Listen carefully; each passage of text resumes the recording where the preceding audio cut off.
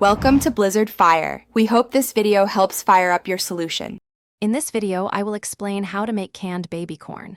We will transform fresh baby corn into a delicious, tangy treat using a straightforward pickling process. This easy guide will walk you through each step, from preparing your corn to sealing the jars. You will be able to enjoy your homemade pickled baby corn for many months to come, perfect for snacking or adding to your favorite dishes. First, gather your fresh baby corn.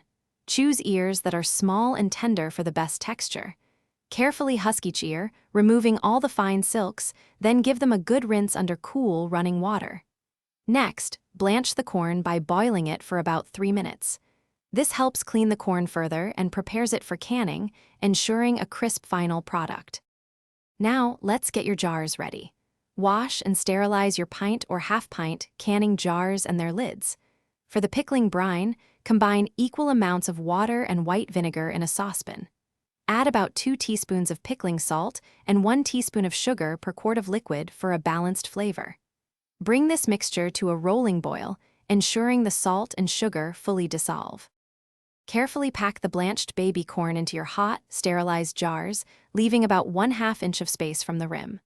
Pour the hot brine over the corn, ensuring it is completely submerged, maintaining that 1/2 inch headspace. Remove any air bubbles, wipe the rims clean, and secure the lids fingertip tight.